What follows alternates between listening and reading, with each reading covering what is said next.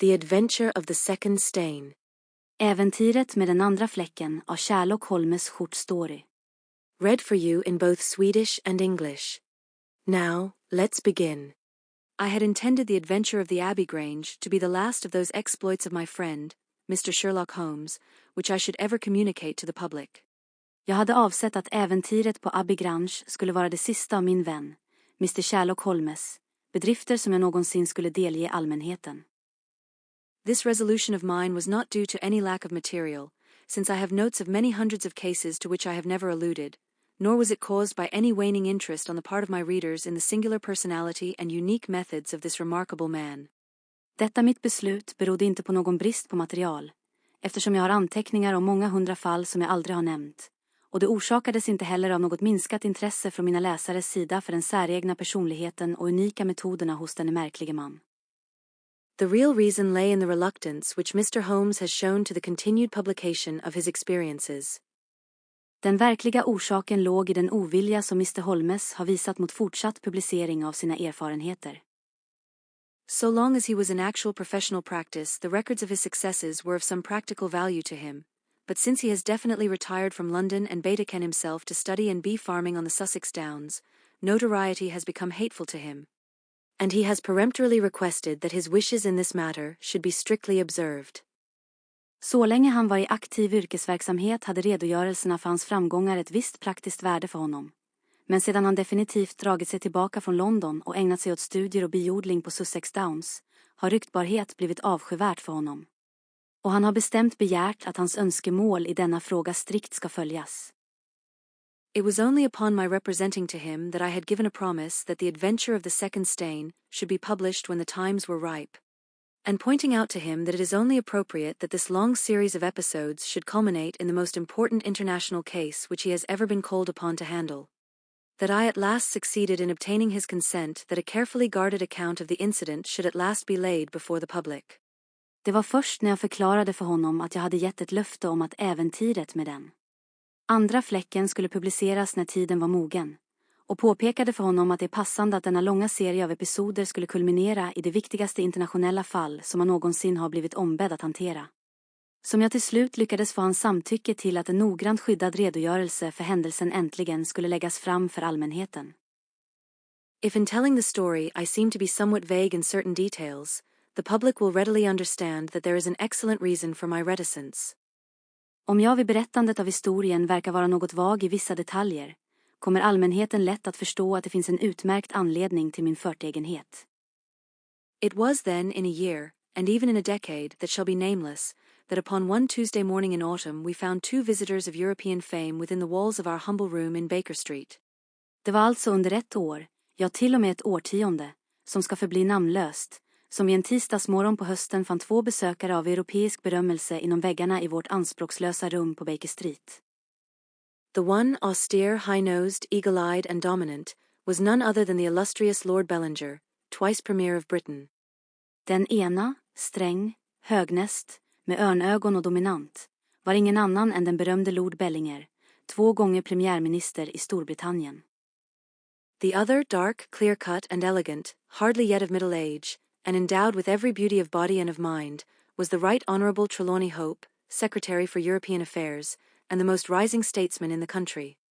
Den andra, mörk, välskuren och elegant, knappt i medelåldern och begåvad med alla kroppens och sinnets skönheter, var en högvälborne Trelawney Hope, minister för europeiska angelägenheter och landets mest lovande statsman. They sat side by side upon our paper-littered settee, and it was easy to see from their worn and anxious faces that it was business of the most pressing importance which had brought them.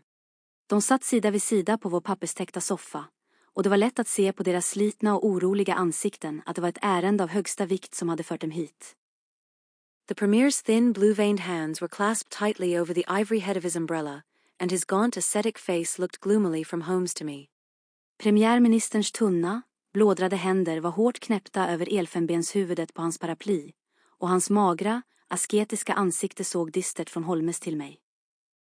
The European secretary pulled nervously at his mustache and fidgeted with the seals of his watch chain. Den europeiske ministern drog nervöst i sin mustasch och pillade med sigillen på sin klockkedja. When I discovered my loss, Mr. Holmes, which was at 8 o'clock this morning, I at once informed the Prime Minister. It was at his suggestion that we have both come to you. När jag upptäckte min förlust, Mr. Holmes, vilket var 8:00 i morse, underrättade jag genast premiärministern. Det var på hans förslag som vi båda har kommit till er. Have you informed the police? Har ni informerat polisen? No, sir, said the Prime Minister, with the quick, decisive manner for which he was famous. We have not done so, nor is it possible that we should do so. To inform the police must, in the long run, mean to inform the public. This is what we particularly desire to avoid. Nej, sir, sade premiärministern med det snabba, beslutsamma sätt som han var känd för. Vi har inte gjort det, och det är inte möjligt att vi skulle göra det. Att informera polisen måste i längden innebära att informera allmänheten. Det är just detta vi särskilt vill undvika. And why, sir? Och varför, sir? Because the document in question is of such immense importance that its publication might very easily, I might almost say probably, lead to European complications of the utmost moment. It is not too much to say that peace or war may hang upon the issue. Unless its recovery can be attended with the utmost secrecy, then it may as well not be recovered at all that is aimed at by those who have taken it is that its contents should be generally known. Därför att det aktuella dokumentet är av så enorm betydelse att dess offentliggörande mycket lätt, jag skulle nästan säga troligen, kan leda till europeiska komplikationer av största vikt. Det är ingen överdrift att säga att fred eller krig kan hänga på detta. Om inte dess återfinnande kan ske under största sekretess, så kan det lika gärna inte återfinnas alls, eftersom allt som de som tagit det syftar till är att dess innehåll ska bli allmänt känt. I understand. Now, Mr. Trelawney Hope, I should be much obliged if you would tell me exactly the circumstances under which this document disappeared. Jag förstår. Nu, Mr. Trelawney Hope, skulle jag vara mycket tacksam om ni kunde berätta exakt under vilka omständigheter detta dokument försvann. That can be done in a very few words, Mr. Holmes. The letter, for it was a letter from a foreign potentate, was received 6 days ago. It was of such importance that I have never left it in my safe, but have taken it across each evening to my house in Whitehall Terrace, and kept it in my bedroom in a locked dispatch box. Det kan göras med mycket få ord, Mr. Holmes. Brevet, för det var ett brev från en utländsk potentat, mottogs för 6 dagar sedan. Det var av sådan betydelse att jag aldrig har lämnat det i mitt kassaskåp, utan har varje kväll tagit det med mig till mitt hus på Whitehall Terrace och förvarat det i mitt sovrum i en låst portfölj. It was there last night. Of that I am certain. I actually opened the box while I was dressing for dinner and saw the document inside. This morning it was gone. Det var där igår kväll. Det är jag säker på. Jag öppnade faktiskt väskan medan jag klädde mig för middagen och såg dokumentet inuti. I mors var det borta. The dispatch box had stood beside the glass upon my dressing table all night. I am a light sleeper, and so is my wife. We are both prepared to swear that no one could have entered the room during the night. And yet I repeat that the paper is gone. Portföljen hade stått bredvid spegeln på mitt toalettbord hela natten. Jag sover lätt, och det gör min fru också. Vi är båda beredda att svära på att ingen kunde ha kommit in i rummet under natten. Och ändå upprepar jag att dokumentet är borta. What time did you dine? Vilken tid ett ni middag? 7:30. 7:30. How long was it before you went to bed? Hur lång tid gick det innan ni gick och lade er? My wife had gone to the theatre. I waited up for her. It was 11:30 before we went to our room. Min fru hade gått till teatern. Jag väntade uppe på henne. Klockan var 11:30 innan vi gick till vårt rum. Then for 4 hours the dispatch box had lain unguarded. Så under 4 timmar låg portföljen obevakad. No one is ever permitted to enter that room save the housemaid in the morning, and my valet, or my wife's maid, during the rest of the day. They are both trusty servants who have been with us for some time. Ingen får någonsin gå in i det rummet förutom hembiträdet på morgonen, och min bekänt eller min frus kammarjungfru under resten av dagen. De är båda pålitliga tjänare som har varit hos oss en tid. Besides, neither of them could possibly have known that there was anything more valuable than the ordinary departmental papers in my dispatch box. Dessutom kunde ingen av dem möjligtvis ha vetat att det fanns något mer värdefullt än de vanliga departementala dokumenten i min portfölj. Who did know of the existence of that letter? Vem kände till existensen av det brevet? No one in the house. Ingen i huset. Surely your wife knew. Säkert visste er fru. No, sir, I had said nothing to my wife until I missed the paper this morning. Nej, så jag hade inte sagt något till min fru förrän jag saknade dokumentet i morse. The premier nodded approvingly. Premiärministern nickade gillande. I have long known, sir, how high is your sense of public duty, said he. Jag har länge vetat, sir, hur högt ert sinne för offentlig plikt är, sade han. I am convinced that in the case of a secret of this importance, it would rise superior to the most intimate domestic ties. Jag är övertygad om att i fallet med en hemlighet av denna betydelse skulle det övertrumfa de mest intima familjebanden. The European secretary bowed. Den europeiske ministern bugade. You do me no more than justice, sir. Until this morning I have never breathed one word to my wife upon this matter. Ni gör mig inte mer än rättvisa, så fram till i morse har jag inte yttrat ett ord till min fru om denna sak. Could she have guessed? Kan hon ha anat något? No, Mr. Holmes, she could not have guessed, nor could anyone have guessed. Nej, Mr. Holmes, hon kunde inte ha gissat. Inte heller kunde någon annan ha gissat. Have you lost any documents before? Har ni förlorat några dokument tidigare? No, sir, nay, sir. Who is there in England who did know of the existence of this letter? Vem finns det i England som kände till existensen av detta brev? Each member of the cabinet was informed of it yesterday, but the pledge of secrecy which attends every cabinet meeting was increased by the solemn warning which was given by the Prime Minister. Varje medlem av kabinettet informerades om det igår, men sekretesslöftet som följer varje kabinettmöte förstärktes av den högtidliga varning som gavs av premiärministern. Good heavens, to think that within a few hours I should myself have lost it. Herregud, att tänka sig att inom några timmar skulle jag själv ha förlorat det. His handsome face was distorted with a spasm of despair, and his hands tore at his hair. Hans stiliga ansikte förvrängdes av en spasmer av förtvivlan, och hans händer slet i hans hår. For a moment we caught a glimpse of the natural man, impulsive, ardent, keenly sensitive. För ett ögonblick fick vi en glimt av den naturliga mannen, impulsiv, lidelsefull, skarpt känslig. The next the aristocratic mask was replaced, and the gentle voice had returned. Nästa ögonblick var den aristokratiska masken åter på plats, och den milda rösten hade återvänt. Besides the members of the cabinet there are 2, or possibly 3, departmental officials who know of the letter. No one else in England, Mr. Holmes, I assure you. Förutom kabinettets medlemmar finns det 2, eller möjligen 3, departementstjänstemän som känner till brevet. Ingen annan i England, Mr. Holmes, försäkrar jag er. But abroad. Men utomlands. I believe that no one abroad has seen it save the man who wrote it. I am well convinced that his ministers, that the usual official channels have not been employed. Jag tror att ingen utomlands har sett det förutom mannen som skrev det. Jag är övertygad om att hans ministrar, att de vanliga officiella kanalerna inte har använts. Holmes considered for some little time. Holmes funderade en stund. Now, sir, I must ask you more particularly what this document is, and why its disappearance should have such momentous consequences. Nu, sir, måste jag fråga er mer specifikt vad detta dokument är, och varför dess försvinnande skulle få så betydande konsekvenser. The 2 statesmen exchanged a quick glance, and the premier's shaggy eyebrows gathered in a frown.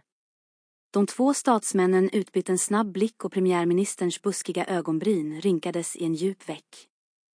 Mr. Holmes, the envelope is a long, thin one of pale blue color. There is a seal of red wax stamped with a crouching lion.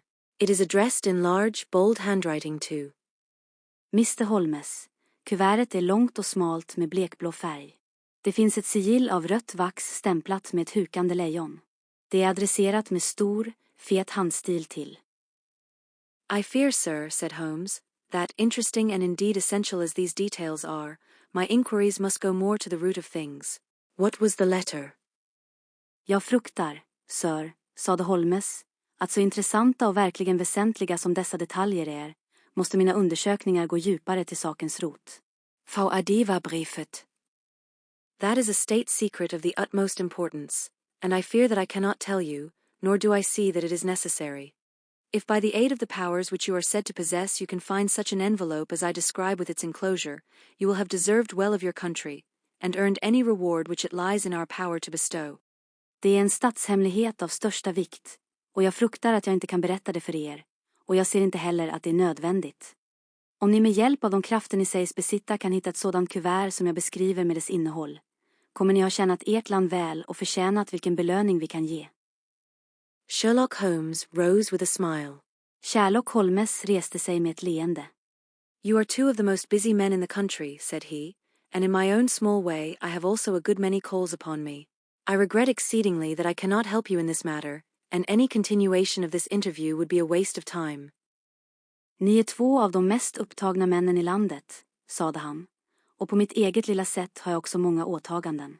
Jag beklagar djupt att jag inte kan hjälpa er i denna fråga, och varje fortsatt del av denna intervju skulle vara slöseri med tid. The premier sprang to his feet with that quick, fierce gleam of his deep-set eyes before which a cabinet has cowered. I am not accustomed, sir, he began, but mastered his anger and resumed his seat. For a minute or more we all sat in silence. Then the old statesman shrugged his shoulders. Premiärministern hoppade upp med den snabba, vilda glimten i sina djupt liggande ögon inför vilken ett kabinett har krympt ihop. Jag är inte van, sir, började han, men behärskade sin ilska och satte sig ner igen. Under en minut eller mer satt sex alla tysta. Sedan ryckte den gamle statsmannen på axlarna. We must accept your terms, Mr. Holmes.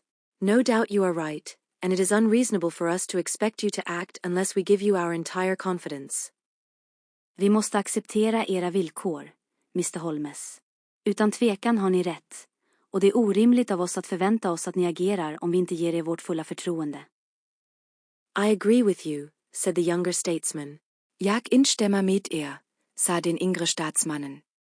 Then I will tell you, relying entirely upon your honor and that of your colleague, Dr. Watson. I may appeal to your patriotism also, for I could not imagine a greater misfortune for the country than that this affair should come out. Då ska jag berätta för er, i full tillit till er heder och er kollegas, Dr. Watsons. Jag kan också vädja till er patriotism, för jag kan inte föreställa mig en större olycka för landet än att denna affär skulle bli offentlig. You may safely trust us.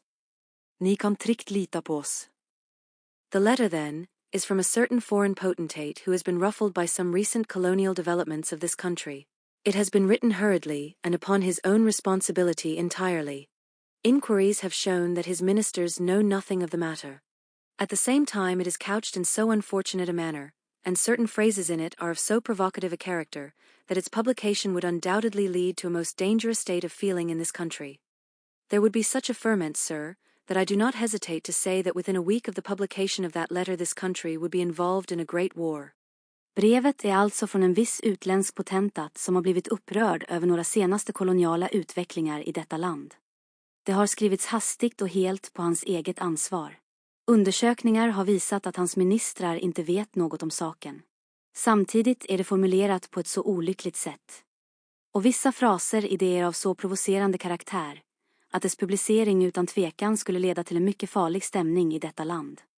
Det skulle bli en sådan oro, sir, att jag inte tvekar att säga att inom en vecka efter publiceringen av det brevet skulle detta land vara indraget i ett stort krig. Holmes wrote a name upon a slip of paper and handed it to the premier. Holmes skrev ett namn på en lapp och räckte den till premiärministern. Exactly. It was he. And it is this letter which may well mean the expenditure of 1,000 millions and the lives of 100,000 men, which has become lost in this unaccountable fashion. Exakt. Det var han. Och det är detta brev som kan innebära en kostnad på 1,000 miljoner och 100,000 människoliv, som har gått förlorat på detta oförklarliga sätt. Have you informed the sender? Har ni informerat avsändaren? Yes, sir. A cipher telegram has been dispatched. Ja, sir. Ett skiffertelegram har skickats. Perhaps he desires the publication of the letter. Kanske önskar han att brevet publiceras. No, sir. We have strong reason to believe that he already understands that he has acted in an indiscreet and hot-headed manner. It would be a greater blow to him and to his country than to us if this letter were to come out. Nej, sir. Vi har starka skäl att tro att han redan förstår att han har agerat indiskret och hetlevrat. Det skulle vara ett större slag för honom och hans land än för oss om detta brev skulle offentliggöras. If this is so, whose interest is it that the letter should come out? Why should anyone desire to steal it or to publish it? Om det är så, vems intresse är det då att brevet ska offentliggöras? Varför skulle någon vilja stjäla det eller publicera det?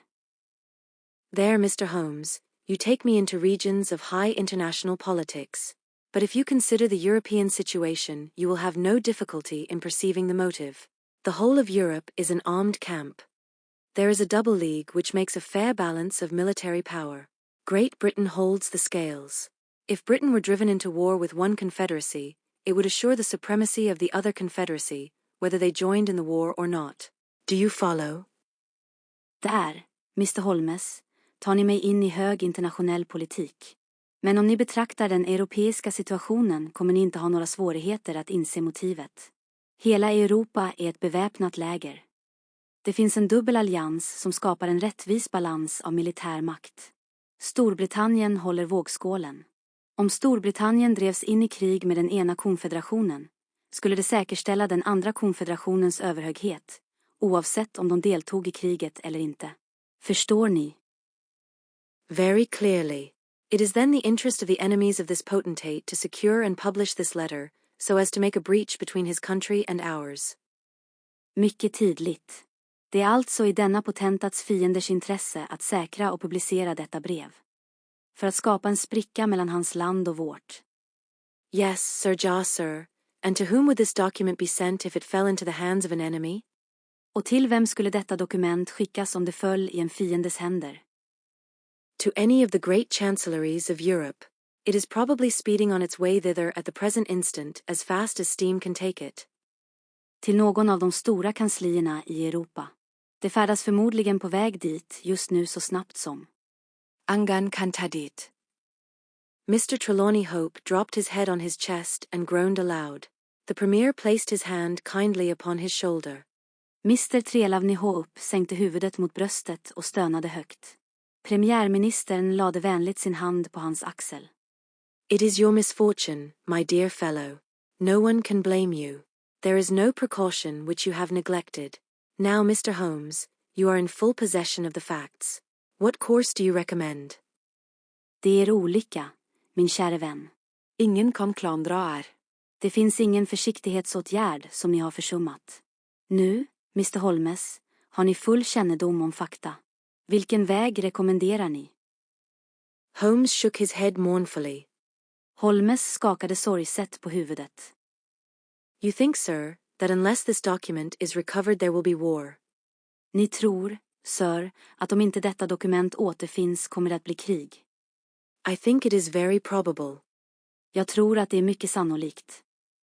Then, sir, prepare for war. Då, sir, förbered er för krig. That is a hard saying, Mr. Holmes. Det är ett hårt besked, Mr. Holmes. Consider the facts, sir. It is inconceivable that it was taken after 11:30 at night, since I understand that Mr. Hope and his wife were both in the room from that hour until the loss was found out. Betrakta fakta, så det är otänkbart att det togs efter 11:30 på natten, eftersom jag förstår att Mr. Hope och hans fru båda var i rummet från den tiden tills förlusten upptäcktes. It was taken then yesterday evening between 7:30 and 11:30, probably near the earlier hour, since whoever took it evidently knew that it was there and would naturally secure it as early as possible. Det togs alltså igår kväll mellan 7:30 och 11:30, förmodligen nära den tidigare tiden, eftersom den som tog det uppenbarligen visste att det var där och naturligtvis skulle säkra det så tidigt som möjligt. Now, sir, if a document of this importance were taken at that hour, where can it be now? No one has any reason to retain it. It has been passed rapidly on to those who need it. Nu, sir, om ett dokument av denna betydelse togs vid den tiden, vad kan det vara nu? Ingen har någon anledning att behålla det har snabbt vidare befordrats till de som behöver det. What chance have we now to overtake or even to trace it? It is beyond our reach. Vilken chans har vi nu att hinna ikapp det eller ens spåra det? Det är utom vår räckvidd. The Prime Minister rose from the settee. Premiärministern reste sig från soffan. What you say is perfectly logical, Mr. Holmes. I feel that the matter is indeed out of our hands. Det ni säger är helt logiskt, Mr. Holmes. Jag känner att saken verkligen är utom vår kontroll. Let us presume, for argument's sake, that the document was taken by the maid or by the valet. Låt oss anta, för argumentets skull, att dokumentet togs av tjänsteflickan eller betjänten. De har bot old antrid servants. De är båda gamla och prövade tjänare. I understand you to say that your room is on the second floor, that there is no entrance from without, and that from within no one could go up unobserved. Jag förstår att ni säger att ert rum är på andra våningen, att det inte finns någon ingång utifrån, och att ingen inifrån kunde gå upp obemärkt. It must then be somebody in the house who has taken it. Det måste alltså vara någon i huset som har tagit det. To whom would the thief take it? To one of several international spies and secret agents, whose names are tolerably familiar to me. Till vem skulle tjuven ta det? Till en av flera internationella spioner och hemliga agenter, vars namn är tämligen bekanta för mig. There are 3 who may be said to be the heads of their profession. I will begin my research by going round and finding if each of them is at his post. Det finns 3 som kan sägas vara ledarna inom sin profession. Jag ska börja min undersökning med att gå runt och se om var och en av dem är på sin post. If one is missing, especially if he has disappeared since last night, we will have some indication as to where the document has gone. Om en saknas, särskilt om han har försvunnit sedan igår kväll, kommer vi att ha en indikation på var dokumentet har tagit vägen. Why should he be missing? Asked the European secretary. He would take the letter to an embassy in London, as likely as not. Varför skulle han saknas? Frågade den europeiske ministern. Han skall ta brevet till en ambassad I London troligen. I fancy not. These agents work independently, and their relations with the embassies are often strained.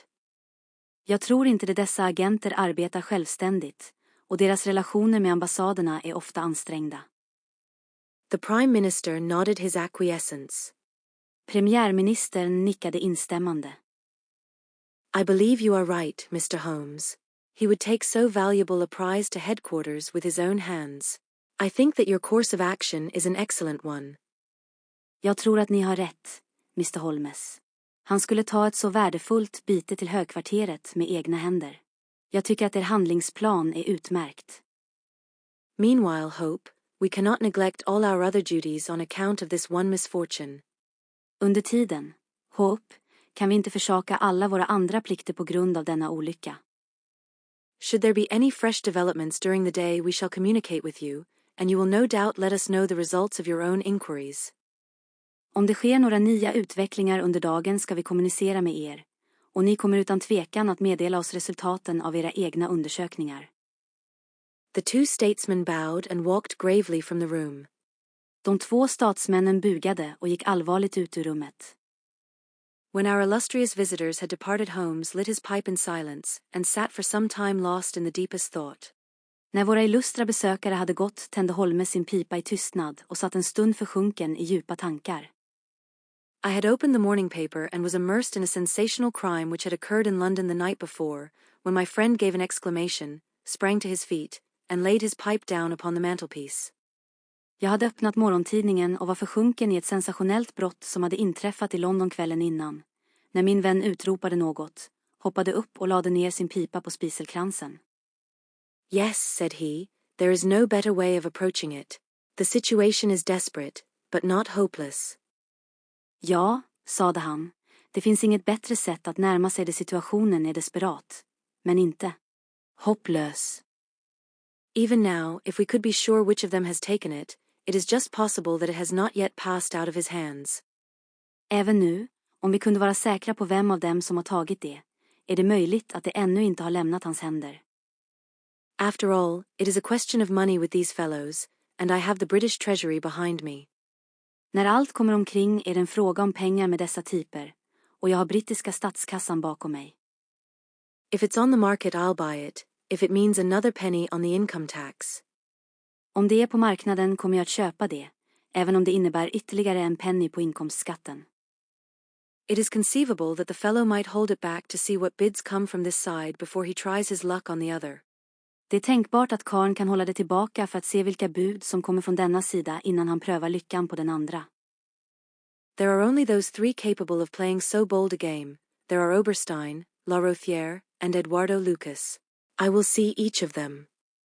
Det finns bara de tre som är kapabla att spela ett så djärvt spel. Det är Oberstein, La Rothière och Eduardo Lucas. Jag ska träffa var och en av dem. I glanced at my morning paper. Jag kastade en blick på min morgontidning. Is that Eduardo Lucas of Godolphin Street? Är det Eduardo Lucas på Godolphin Street? Yes. Ja. You will not see him. Ni kommer inte att träffa honom. Why not? Varför inte? He was murdered in his house last night. Han mördades i sitt hus igår kväll. My friend has so often astonished me in the course of our adventures that it was with a sense of exultation that I realized how completely I had astonished him. Min vän har så ofta förvånat mig under våra äventyr att det var med en känsla av triumf jag insåg hur fullständigt jag hade förvånat honom. He stared in amazement, and then snatched the paper from my hands. Han stirrade förbluffat och ryckte sedan tidningen ur mina händer. This was the paragraph which he had been engaged in reading when he rose from his chair. Detta var stycket som jag hade hållit på att läsa när han reste sig från sin stol. Murder in Westminster. A crime of mysterious character was committed last night at 16 Godolphin Street, one of the old-fashioned and secluded rows of 18th-century houses which lie between the river and the abbey, almost in the shadow of the great tower of the Houses of Parliament. Ett brott av mystisk karaktär begicks igår kväll på Godolphin Street 16. En av de gammaldags och avskilda raderna av 1700-talshus som ligger mellan floden och klostret, nästan i skuggan av det stora tornet på parlamentets hus. This small but select mansion has been inhabited for some years by Mr. Eduardo Lucas, well known in society circles both on account of his charming personality and because he has the well-deserved reputation of being one of the best amateur tenors in the country. Denna lilla men utvalda herrgård har under flera år bebotts av Mr. Eduardo Lucas. Välkänd i societetskretsar både på grund av sin charmiga personlighet och för att han har det välförtjänta ryktet att vara en av landets bästa amatörtenorer. Mr. Lucas is an unmarried man, 34 years of age, and his establishment consists of Mrs. Pringle, an elderly housekeeper, and of Mitten, his valet. Mr. Lucas är en ogift man, 34 år gammal, och hans hushåll består av Mrs. Pringle, en äldre hushållerska, och Mitton, hans bekänt. The former retires early and sleeps at the top of the house. Den förstnämnda lägger sig tidigt och sover högst upp i huset. The valet was out for the evening, visiting a friend at Hammersmith. Bekänten var ute för kvällen och besökte en vän i Hammersmith. From 10 o'clock onward Mr. Lucas had the house to himself. Från klockan 10 framåt hade Mr. Lucas huset för sig själv. What occurred during that time has not yet transpired, but at 11:45 Police Constable Barrett, passing along Godolphin Street, observed that the door of No. 16 was ajar. Vad som hände under den tiden har ännu inte framkommit. Men klockan 11:15 observerade konstapel Barrett, som passerade längs Godolphin Street, att dörren till nummer 16 stod på glänt. He knocked, but received no answer. Han knackade, men fick inget svar. Perceiving a light in the front room, he advanced into the passage and again knocked, but without reply. När han såg ett ljus i frontalkammaren gick han in i passagen och knackade igen, men utan svar. He then pushed open the door and entered. Han öppnade då dörren och gick in. The room was in a state of wild disorder, the furniture being all swept to one side, and one chair lying on its back in the center. Rummet var i ett tillstånd av vild oordning. Möblerna var alla skuffade åt ena sidan, och en stol låg på rygg i mitten. Beside this chair, and still grasping one of its legs, lay the unfortunate tenant of the house. Bredvid denna stol, och fortfarande greppande ett av dess ben, låg husets olyckliga hyresgäst. He had been stabbed to the heart and must have died instantly. Han hade blivit knivhuggen i hjärtat och måste ha dött omedelbart. The knife with which the crime had been committed was a curved Indian dagger, plucked down from a trophy of oriental arms which adorned one of the walls. Kniven med vilken brottet hade begåtts var en krökt indisk dolk, nedtagen från en trofé av orientaliska vapen som prydde en av väggarna. Robbery does not appear to have been the motive of the crime, for there had been no attempt to remove the valuable contents of the room. Rån tycks inte ha varit motivet för brottet, eftersom inget försök hade gjorts att ta bort de värdefulla föremålen i rummet. Mr. Eduardo Lucas was so well known and popular that his violent and mysterious fate will arouse painful interest and intense sympathy in a widespread circle of friends. Mr. Eduardo Lucas var så välkänd och populär att hans våldsamma och mystiska öde kommer att väcka smärtsam uppmärksamhet och intensiv sympati i en bred vänkrets. Well, Watson, what do you make of this? Asked Holmes after a long pause. Vad säger du om detta, Watson? Frågade Holmes efter en lång paus. It is an amazing coincidence. Det är ett fantastiskt sammanträffande. A coincidence. Here is one of the three men whom we had named as possible actors in this drama, and he meets a violent death during the very hours when we know that drama was being enacted. Ett sammanträffande. Här är en av de 3 män som vi hade nämnt som möjliga aktörer i detta drama, och han möter en våldsam död under de timmar då vi vet att dramat utspelades. The odds are enormous against its being coincidence. Sannolikheten är enormt liten att det är ett sammanträffande. No figures could express them. Inga siffror kan uttrycka dem. No, my dear Watson, the two events are connected, must be connected. It is for us to find the connection. Nej, min kära Watson, de 2 händelserna är kopplade, måste vara kopplade. Det är upp till oss att hitta kopplingen. But now the official police must know all. Men nu måste den officiella polisen känna till allt. Not at all. They know all they see at Godolphin Street. They know and shall know nothing of Whitehall Terrace. Only we know of both events, and can trace the relation between them. Inte alls. De vet allt de ser på Godolphin Street. De vet, och ska veta, inget om Whitehall Terrace. Bara vi känner till båda händelserna och kan spåra relationen mellan dem. There is one obvious point which would, in any case, have turned my suspicions against Lucas. Godolphin Street, Westminster, is only a few minutes' walk from Whitehall Terrace. Det finns en uppenbar punkt som i alla fall skulle ha vänt mina misstankar mot Lucas. Godolphin Street i Westminster är bara några minuters promenad från Whitehall Terrace. The other secret agents whom I have named live in the extreme West End. It was easier, therefore, for Lucas than for the others to establish a connection or receive a message from the European Secretary's household, a small thing, and yet where events are compressed into a few hours it may prove essential. Hello, what have we here? De andra hemliga agenter jag har nämnt bor i det yttersta West End. Det var därför lättare för Lucas än för de andra att etablera en kontakt eller få ett meddelande från den europeiske sekreterarens hushåll, en liten sak, och ändå, när händelser komprimeras till några få timmar, kan det visa sig vara avgörande. Hallå, vad har vi här? Mrs. Hudson had appeared with a lady's card upon her salver. Holmes glanced at it, raised his eyebrows, and handed it over to me. M.R.S. Hudson hade dykt upp med en dams visitkort på sin bricka.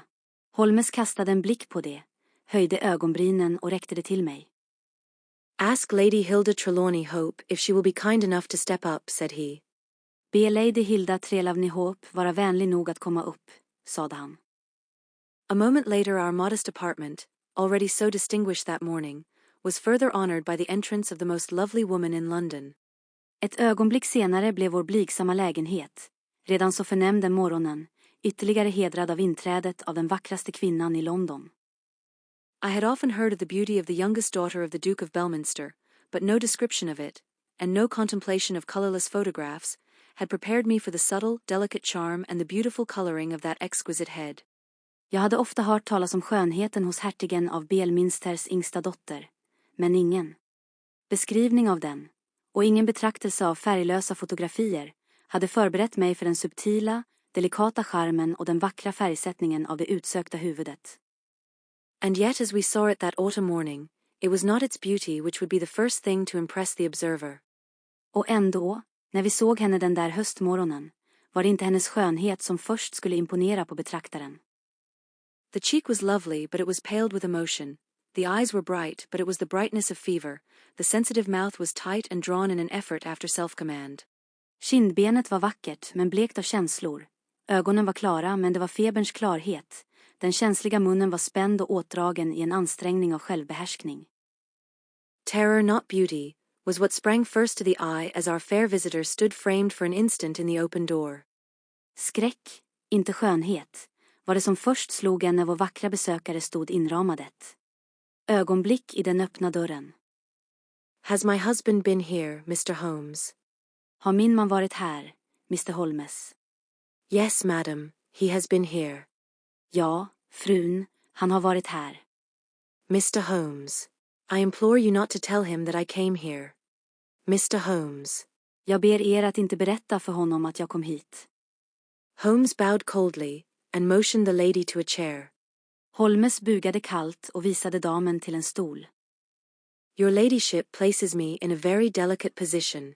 I beg that you will sit down and tell me what you desire, but I fear that I cannot make any unconditional promise. Ers nåd sätter mig i en mycket känslig position.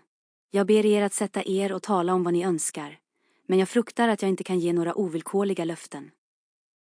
She swept across the room and seated herself with her back to the window. Hon svepte över rummet och satte sig med ryggen mot fönstret. It was a queenly presence, tall, graceful, and intensely womanly. Det var en drottninglik närvaro, lång, graciös och intensivt kvinnlig. Mr. Holmes, she said, and her white-gloved hands clasped and unclasped as she spoke, I will speak frankly to you in the hopes that it may induce you to speak frankly in return. Mr. Holmes, sade hon, och hennes vit behandskade händer knöts och öppnades medan hon talade. Jag ska tala uppriktigt med er i hopp om att det kan få er att tala uppriktigt tillbaka. There is complete confidence between my husband and me on all matters save one. Det råder fullständig tillit mellan min man och mig i alla frågor utom en. That one is politics. Den är politik. On this his lips are sealed. I detta är hans läppar förseglade. He tells me nothing. Han berättar ingenting för mig. Now I am aware that there was a most deplorable occurrence in our house last night. Nu är jag medveten om att det hände en mycket beklaglig händelse i vårt hus igår kväll. I know that a paper has disappeared. Jag vet att ett dokument har försvunnit. But because the matter is political, my husband refuses to take me into his complete confidence. Men eftersom saken är politisk vägrar min man att ge mig sitt fulla förtroende. Now it is essential, I say, that I should thoroughly understand it. Nu är det nödvändigt, säger jag, att jag fullt ut förstår det jo att only öde person, sa vi only dis politicians, vi och knovs till true facts. Ni är den enda andra personen, förutom dessa politiker, som känner till de verkliga fakta. I beg you then, Mr. Holmes, to tell me exactly what has happened and what it will lead to. Jag ber er därför, Mr. Holmes, att berätta exakt vad som har hänt och vad det kommer att leda till. Tell me all, Mr. Holmes. Berätta allt, Mr. Holmes. Let no regard for your client's interests keep you silent, for I assure you that his interests, if he would only see it, would be best served by taking me into his complete confidence. Låt ingen hänsyn till er klients intressen hålla er tyst, för jag försäkrar er att hans intressen, om man bara kunde se det, bäst skulle tjänas genom att ge mig sitt fulla förtroende. What was this paper which was stolen? Vad var detta dokument som stals? Madam, what you ask me is really impossible. Frun, det ni ber mig om är verkligen omöjligt. She groaned and sank her face in her hands. Hon stönade och sänkte ansiktet i händerna. You must see that this is so, madam. Ni måste förstå att det är så, frun. If your husband thinks fit to keep you in the dark over this matter, is it for me, who has only learned the true facts under the pledge of professional secrecy, to tell what he has withheld? Om man anser det lämpligt att hålla er ovetande om denna sak, är det då min uppgift, som bara har fått veta de verkliga fakta under löftet om professionell tystnadsplikt, att avslöja vad han har undanhållit. It is not fair to ask it. Det är inte rättvist att be om det i sin bjumju mustask. Det är honom ni måste fråga. I have asked him. I come to you as a last resource. Jag har frågat honom. Jag kommer till er som en sista utväg. But without your telling me anything definite, Mr. Holmes, you may do a great service if you would enlighten me on one point. Men utan att ni berättar något specifikt, Mr. Holmes, kan ni göra mig en stor tjänst om ni skulle upplysa mig om en sak. What is it, madam? Vad är det, frun? Is my husband's political career likely to suffer through this incident? Kommer min mans politiska karriär sannolikt att lida på grund av denna händelse? Well, madam, unless it is set right it may certainly have a very unfortunate effect. Ja, frun, om det inte rättas till kan det verkligen få en mycket olycklig effekt. Ah. She drew in her breath sharply as one whose doubts are resolved. Ah. Hon drog in andan skarpt som en vars tvivel har lösts. One more question, Mr. Holmes. From an expression which my husband dropped in the first shock of this disaster, I understood that terrible public consequences might arise from the loss of this document. En fråga till, Mr. Holmes. Från ett uttryck som min man fällde i den första chocken av denna katastrof förstod jag att fruktansvärda offentliga konsekvenser kan uppstå från förlusten av detta dokument. If he said so, I certainly cannot deny it. Om han sa så, kan jag verkligen inte förneka det. Of what nature are they? Av vilken natur är det? Nay, madam, there again you ask me more than I can possibly answer. Nej, frun, där ber ni mig återigen om mer än jag kan besvara. Then I will take up no more of your time. I cannot blame you, Mr. Holmes, for having refused to speak more freely, and you on your side will not, I am sure, think the worse of me because I desire, even against his will, to share my husband's anxieties. Once more I beg that you will say nothing of my visit. Då ska jag inte uppta mer av er tid. Jag kan inte klandra er, Mr. Holmes, för att ni har vägrat att tala mer fritt, och ni å er sida kommer inte, är jag säker på, att tänka sämre om mig för att jag önskar.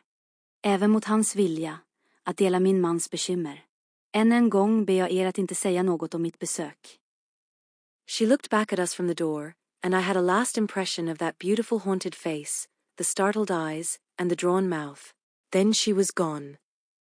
Hon såg tillbaka på oss från dörren, och jag fick ett sista intryck av det vackra, hemsökta ansiktet, de förskräckta ögonen och den spända munnen. Sedan var hon borta. Now, Watson, the fair sex is your department, said Holmes, with a smile, when the dwindling frou-frou of skirts had ended in the slam of the front door. What was the fair lady's game? What did she really want? Nu, Watson, är det täcka könet din avdelning, sade Holmes med ett leende när det avtagande prasslet av kjolar hade slutat med att ytterdörren slog igen. Vad var den vackra damens spel? Vad ville hon egentligen? Surely her own statement is clear and her anxiety very natural. Säkert är hennes egen utsaga tydlig och hennes oro mycket naturlig. Think of her appearance, Watson, her manner, her suppressed excitement, her restlessness, her tenacity in asking questions. Remember that she comes of a caste who do not lightly show emotion. Tänk på hennes utseende, Watson, hennes sätt, hennes undertryckta upprymdhet, hennes rastlöshet, hennes envishet i att ställa frågor. Kom ihåg att hon kommer från en kast som inte lätt visar känslor. She was certainly much moved. Hon var verkligen mycket berörd. Remember also the curious earnestness with which she assured us that it was best for her husband that she should know all. What did she mean by that? And you must have observed, Watson, how she maneuvered to have the light at her back. She did not wish us to read her expression.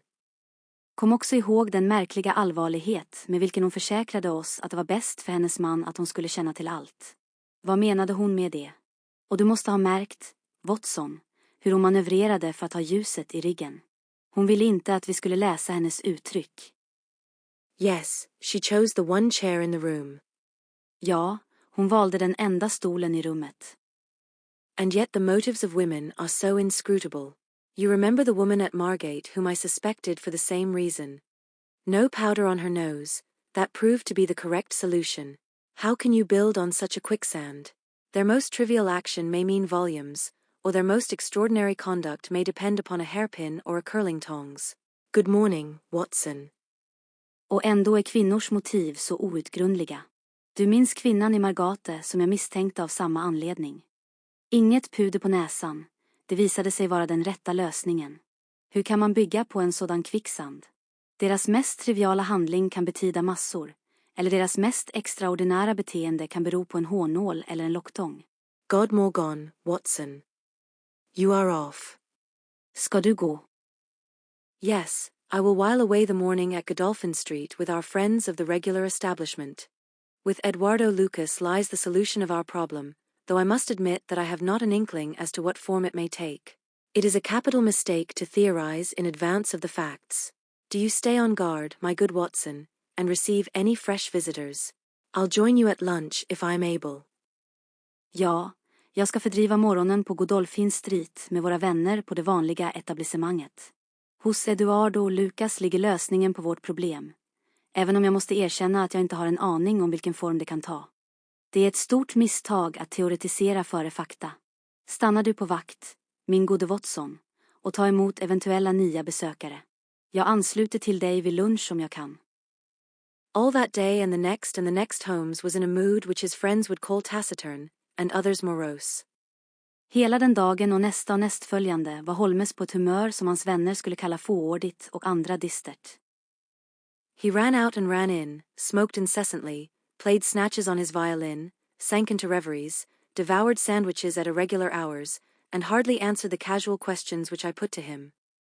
Han sprang ut och in, rökte oavbrutet, spelade snuttar på sin fiol, sjönk in i drömmerier, slukade smörgåsar vid oregelbundna tider och svarade knappt på de tillfälliga frågor jag ställde till honom. It was evident to me that things were not going well with him or his quest. Det var uppenbart för mig att saker inte gick bra för honom eller hans uppdrag.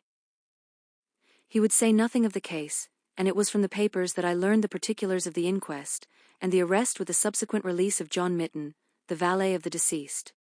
Han sade ingenting om fallet, och det var från tidningarna jag fick veta detaljerna om rättsmedicinska undersökningen och gripandet med det efterföljande frisläppandet av John Mitton, den avlidnes bekänt. The coroner's jury brought in the obvious willful murder, but the parties remained as unknown as ever. Coronerjuryn fastslog uppenbart överlagt mord, men de skyldiga förblev lika okända som tidigare. No motive was suggested. Inget motiv föreslogs. The room was full of articles of value, but none had been taken. Rummet var fullt av värdefulla föremål, men inget hade tagits. The dead man's papers had not been tampered with. Den döde mannens papper hade inte manipulerats. They were carefully examined, and showed that he was a keen student of international politics, an indefatigable gossip, a remarkable linguist, and an untiring letter writer. De undersöktes noggrant och visade att han var en ivrig student av internationell politik, en outtröttlig skvallerbytta, en anmärkningsvärd lingvist och en outtröttlig brevskrivare. He had been on intimate terms with the leading politicians of several countries. Han hade varit på intim fot med ledande politiker i flera länder. But nothing sensational was discovered among the documents which filled his drawers. Men inget sensationellt upptäcktes bland de dokument som fyllde hans lådor. As to his relations with women, they appeared to have been promiscuous but superficial. Beträffande hans relationer med kvinnor verkade de ha varit promiskuösa men ytliga. He had many acquaintances among them, but few friends, and no one whom he loved. Han hade många bekanta bland dem, men få vänner och ingen som han älskade. His habits were regular, his conduct inoffensive. Hans vanor var regelbundna, hans uppförande oförargligt. His death was an absolute mystery and likely to remain so. Hans död var ett absolut mysterium och kommer sannolikt att förbli så. As to the arrest of John Mitten, the valet, it was a counsel of despair as an alternative to absolute inaction. Vad gäller gripandet av John Mitton, bekännten, var det ett råd i förtvivlan som ett alternativ till absolut passivitet. But no case could be sustained against him. Men inget fall kunde upprätthållas mot honom. He had visited friends in Hammersmith that night. Han hade besökt vänner i Hammersmith den kvällen. The alibi was complete. Alibit var komplett. It is true that he started home at an hour which should have brought him to Westminster before the time when the crime was discovered, but his own explanation that he had walked part of the way seemed probable enough in view of the fineness of the night. Det är sant att han började hemåt vid en tidpunkt som borde ha fört honom till Westminster före tiden då brottet upptäcktes. Men hans egen förklaring att han hade gått en del av vägen verkade tillräckligt sannolik med tanke på nattens skönhet. He had actually arrived at 12 o'clock, and appeared to be overwhelmed by the unexpected tragedy. Han hade faktiskt anlänt klockan 12 och verkade vara överväldigad av den oväntade tragedin. He had always been on good terms with his master. Han hade alltid haft goda relationer med sin husbonde. Several of the dead man's possessions, notably a small case of razors, had been found in the valet's boxes, but he explained that they had been presents from the deceased, and the housekeeper was able to corroborate the story. Flera av den döde mannens ägodelar, särskilt ett litet fodral med rakknivar, hade hittats i bekäntens lådor, men han förklarade att de hade varit presenter från den avlidne, och hushållerskan kunde bekräfta berättelsen. Mitten had been in Lucas's employment for 3 years. Mitton hade varit i Lucas tjänst i 3 år. It was noticeable that Lucas did not take Mitten on the continent with him. Det var märkbart att Lucas inte tog med sig Mitton till kontinenten. Sometimes he visited Paris for 3 months on end, but Mitten was left in charge of the Godolphin Street house. Ibland besökte han Paris i 3 månader i sträck, men Mitton lämnades med ansvaret för huset på Godolphin Street. As to the housekeeper, she had heard nothing on the night of the crime. Vad gäller hushållerskan hade hon inte hört något under brottets natt. If her master had a visitor, he had himself admitted him. Om hennes husbonde hade en besökare hade han själv släppt in honom. So for 3 mornings the mystery remained, so far as I could follow it in the papers. Så under 3 morgnar förblev mysteriet, så vitt jag kunde följa det i tidningarna. If Holmes knew more, he kept his own counsel, but as he told me that Inspector Lestrade had taken him into his confidence in the case, I knew that he was in close touch with every development. Om Holmes visste mer, höll han det för sig själv, men eftersom han berättade att kommissarie Lestrade hade tagit honom i förtroende i fallet, visste jag att han var i nära kontakt med varje utveckling. Upon the 4th day there appeared a long telegram from Paris which seemed to solve the whole question. På den 4:e dagen dök det upp ett långt telegram från Paris som verkade lösa hela frågan. A discovery has just been made by the Parisian police, said the Daily Telegraph, which raises the veil which hung round the tragic fate of Mr. Eduardo Lucas, who met his death by violence last Monday night at Godolphin Street, Westminster. En upptäckt har just gjorts av den parisiska polisen, sa The Daily Telegraph, som lyfte slöjan som hängde över Mr. Eduardo Lucas tragiska öde, som mötte sin död genom våld förra måndagskvällen på Godolphin Street i Westminster. Our readers will remember that the deceased gentleman was found stabbed in his room, and that some suspicion attached to his valet, but that the case broke down on an alibi. Våra läsare kommer att minnas att den avlidne gentlemannen hittades knivhuggen i sitt rum och att vissa misstankar riktades mot hans bekänt, men att fallet föll på grund av ett alibi. Yesterday a lady, who has been known as Madame Henri Fournay, occupying a small villa in the Rue Austerlitz, was reported to the authorities by her servants as being insane. Igår rapporterades en dam, känd som Meme Henry Fournay, som bor i en liten villa på Rue Austerlitz, till myndigheterna av sina tjänare för att vara sinnessjuk. An examination showed she had indeed developed mania of a dangerous and permanent form. En undersökning visade att hon faktiskt hade utvecklat mani i en farlig och permanent form. On inquiry, the police have discovered that Madame Henri Fournay only returned from a journey to London on Tuesday last, and there is evidence to connect her with the crime at Westminster. Vid förfrågan har polisen upptäckt att Meme Henry Fournay endast återvände från en resa till London i tisdags, och det finns bevis som kopplar henne till brottet i Westminster. A comparison of photographs has proved conclusively that Henri Fournay and Eduardo Lucas were really one and the same person, and that the deceased had for some reason lived a double life in London and Paris. En jämförelse av fotografier har bevisat slutgiltigt att Henry Fournay och Eduardo Lucas verkligen var en och samma person, och att den avlidne av någon anledning hade levt ett dubbelliv i London och Paris. Madame Fournay, who is of Creole origin, is of an extremely excitable nature, and has suffered in the past from attacks of jealousy which have amounted to frenzy. Madame Fournay, som är av kreolskt ursprung, har en extremt upphetsad natur och har tidigare lidit av svartsjukeattacker som har gränsat till frenesi. It is conjectured that it was in one of these that she committed the terrible crime which has caused such a sensation in London. Man antar att det var i en av dessa som hon begick det fruktansvärda brott som har orsakat sådan sensation i London. Her movements upon the Monday night have not yet been traced, but it is undoubted that a woman answering to her description attracted much attention at Charing Cross Station on Tuesday morning by the wildness of her appearance and the violence of her gestures. Hennes rörelser under måndagskvällen har ännu inte spårats, men det är otvivelaktigt att en kvinna som stämmer in på hennes beskrivning väckte stor uppmärksamhet på Charing Cross Station på tisdagsmorgonen genom sitt vilda utseende och sina våldsamma gester. It is probable, therefore, that the crime was either committed when insane, or that its immediate effect was to drive the unhappy woman out of her mind. Det är därför troligt att brottet antingen begicks under sinnessjukdom eller att dess omedelbara effekt var att driva den olyckliga kvinnan från vettet. At present she is unable to give any coherent account of the past, and the doctors hold out no hopes of the re-establishment of her reason. För närvarande kan hon inte ge någon sammanhängande redogörelse för det förflutna, och läkarna hyser inga förhoppningar om att hennes förstånd ska återställas. There is evidence that a woman, who might have been Madame Fournay, was seen for some hours upon Monday night watching the house in Godolphin Street. Det finns bevis för att en kvinna, som kan ha varit med Fournay, sågs under några timmar på måndagskvällen iaktta huset på Godolphin Street. What do you think of that, Holmes? I had read the account aloud to him, while he finished his breakfast. Vad tycker du om det, Holmes? Jag hade läst upp redogörelsen för honom medan han avslutade sin frukost. My dear Watson, said he, as he rose from the table and paced up and down the room, you are most long-suffering, but if I have told you nothing in the last 3 days, it is because there is nothing to tell.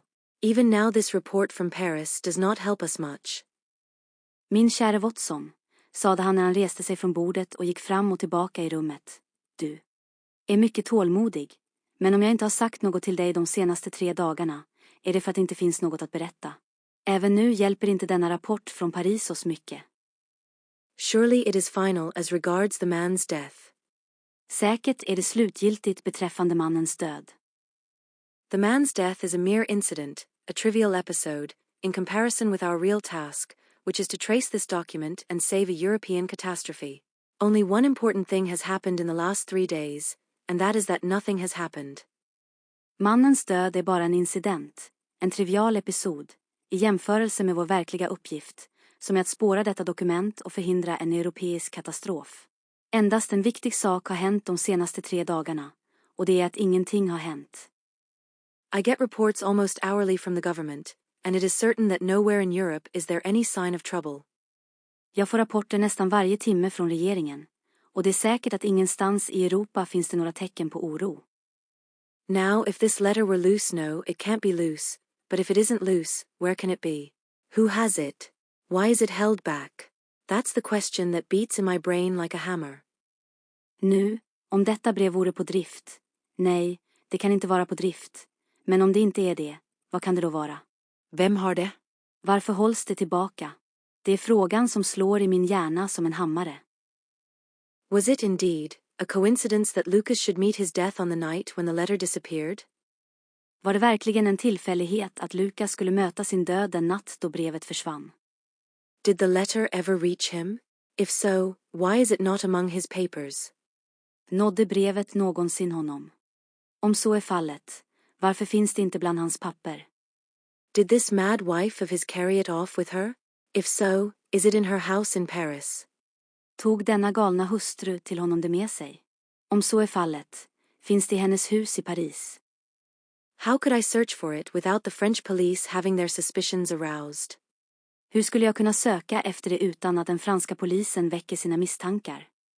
It is a case, my dear Watson, where the law is as dangerous to us as the criminals are. Det är ett fall, min käre Watson, där lagen är lika farlig för oss som brottslingarna är. Every man's hand is against us, and yet the interests at stake are colossal. Allas händer är emot oss, och ändå är de intressen som står på spel kolossala. Should I bring it to a successful conclusion, it will certainly represent the crowning glory of my career. Ah, here is my latest from the front. He glanced hurriedly at the note which had been handed in. Om jag lyckas lösa det, kommer det säkert att representera kronan på verket i min karriär. Ja, här är mitt senaste från fronten. Han kastade en hastig blick på lappen som hade lämnats in. Hello. Lestrade seems to have observed something of interest. Put on your hat, Watson, and we will stroll down together to Westminster. Hallå.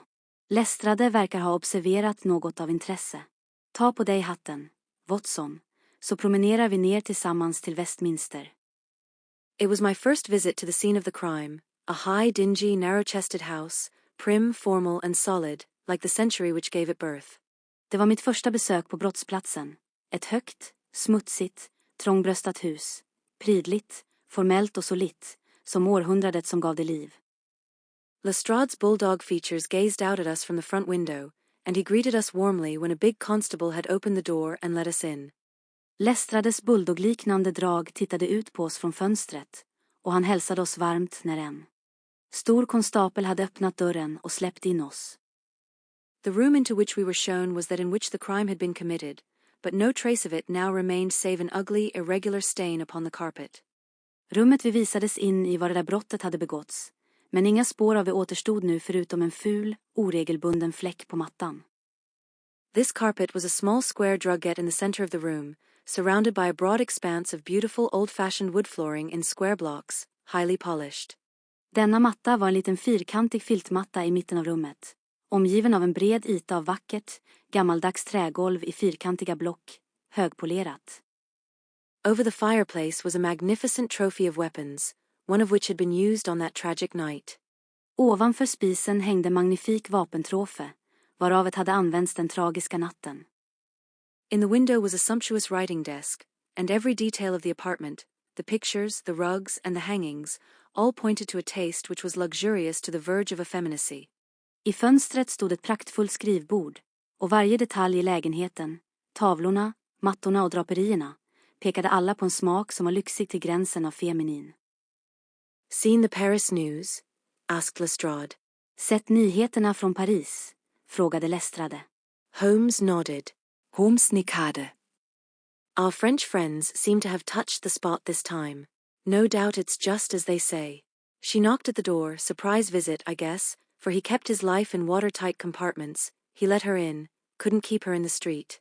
She told him how she had traced him, reproached him.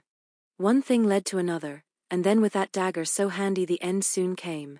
It wasn't all done in an instant though, for these chairs were all swept over yonder, and he had one in his hand as if he had tried to hold her off with it. We've got it all clear as if we had seen it. Våra franska vänner verkar ha träffat rätt denna gång. Ingen tvekan om att det är precis som de säger. Hon knackade på dörren. Överraskningsbesök, antar jag, för han höll sitt liv i vattentäta fack. Han släppte in henne, kunde inte hålla henne på gatan. Hon berättade hur hon hade spårat honom, förebrådde honom. Det ena ledde till det andra, och sedan med den där dolken så nära till hands kom slutet snabbt. Det hände dock inte allt på ett ögonblick, för dessa stolar var alla omkullvälta där borta, och han hade en i handen som om han hade försökt hålla henne borta med den. Vi har det hela klart som om vi hade sett det. Holmes raised his eyebrows. Holmes höjde ögonbrynen. And yet you have sent for me? Och ändå har ni skickat efter mig. Ah yes, that's another matter, a mere trifle, but the sort of thing you take an interest in, queer, you know, and what you might call freakish. It has nothing to do with the main fact, can't have, on the face of it. Ja, det är en annan sak, en ren bagatell, men av det slag som du intresserar dig för, konstigt, du vet, och vad man kan kalla egendomligt. Det har inget att göra med huvudfaktumet, kan inte ha, vid första anblicken.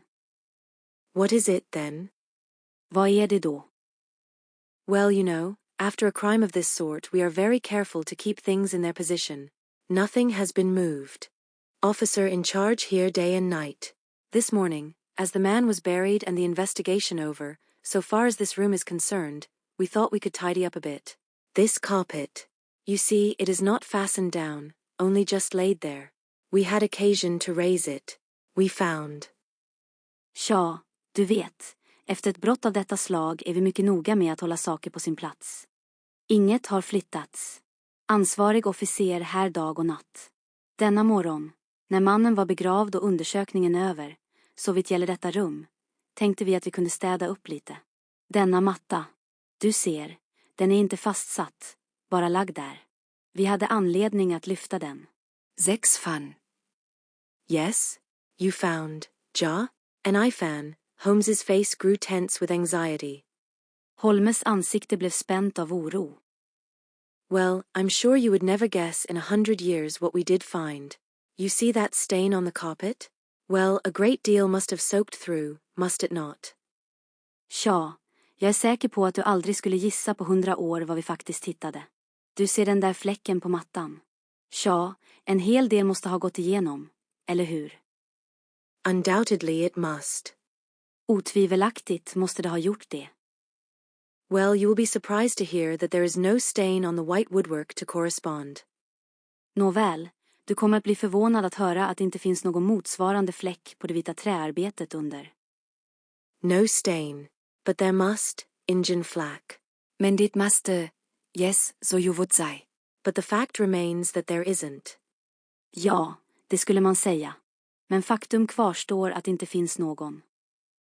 He took the corner of the carpet in his hand and turning it over, he showed that it was indeed as he said. Han tog mattans hörn i sin hand. Genom att vända den visade han att det verkligen var som han sa. But the underside is as stained as the upper. It must have left a mark. Men undersidan är lika fläckad som ovansidan. Det måste ha lämnat ett märke. Lestrade chuckled with delight at having puzzled the famous expert. Lestrade fnissade av förtjusning över att ha förbryllat den berömde experten. Now, I'll show you the explanation. There is a second stain, but it does not correspond with the other. See for yourself. Nu ska jag visa dig förklaringen. Det finns en andra fläck, men den motsvarar inte den andra. Se själv. As he spoke, he turned over another portion of the carpet, and there, sure enough, was a great crimson spill upon the square white facing of the old-fashioned floor. Medan han talade vände han över en annan del av mattan. Och där, sannoliken, fanns en stor karmosinröd fläck på det fyrkantiga vita underlaget av det gammaldags golvet. What do you make of that, Mr. Holmes? Vad säger du om det, Mr. Holmes? Why, it is simple enough. The two stains did correspond, but the carpet has been turned round. As it was square and unfastened, it was easily done. Tja, det är ganska enkelt. De två fläckarna motsvarade varandra, men mattan har blivit vänd. Eftersom den var fyrkantig och inte fastsatt var det lätt gjort. The official police don't need you, Mr. Holmes, to tell them that the carpet must have been turned round. That's clear enough, for the stains lie above each other, if you lay it over this way. But what I want to know is, who shifted the carpet, and why? Den officiella polisen behöver inte Mr. Holmes, för att berätta att mattan måste ha blivit vänd. Det är tillräckligt klart, för fläckarna ligger ovanpå varandra, om man lägger den så här. Men vad jag vill veta är, vem flyttade mattan, och varför? I could see from Holmes's rigid face that he was vibrating with inward excitement. Jag kunde se på Holmes orörliga ansikte att han vibrerade av inre spänning. Look here, Lestrade, said he. Has that constable in the passage been in charge of the place all the time? Hör här, Lestrade, sade han. Har den där konstapeln i korridoren varit ansvarig för platsen hela tiden? Yes, he has. Ja, det har han. Well, take my advice. Examine him carefully. Don't do it before us. We'll wait here. You take him into the back room. You'll be more likely to get a confession out of him alone. Ask him how he dared to admit people and leave them alone in this room. Don't ask him if he has done it. Take it for granted. Tell him you know someone has been here. Press him.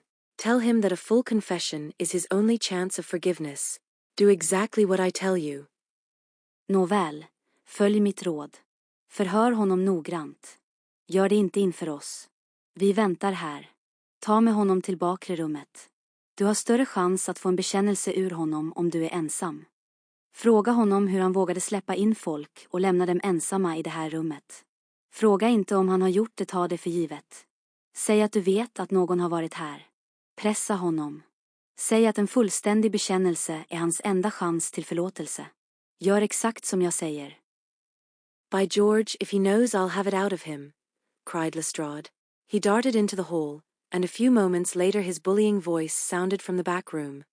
Vid Gud, om han vet något ska jag få det ur honom, ropade Lestrade. Han rusade ut i hallen, och några ögonblick senare hördes hans stränga röst från bakre rummet. Now Watson now, cried Holmes with frenzied eagerness. All the demoniacal force of the man masked behind that listless manner burst out in a paroxysm of energy. Nu, Watson, nu, ropade Holmes med frenetisk iver. All den demoniska kraften hos mannen, dold bakom det slappa sättet, bröt ut i en energiexplosion.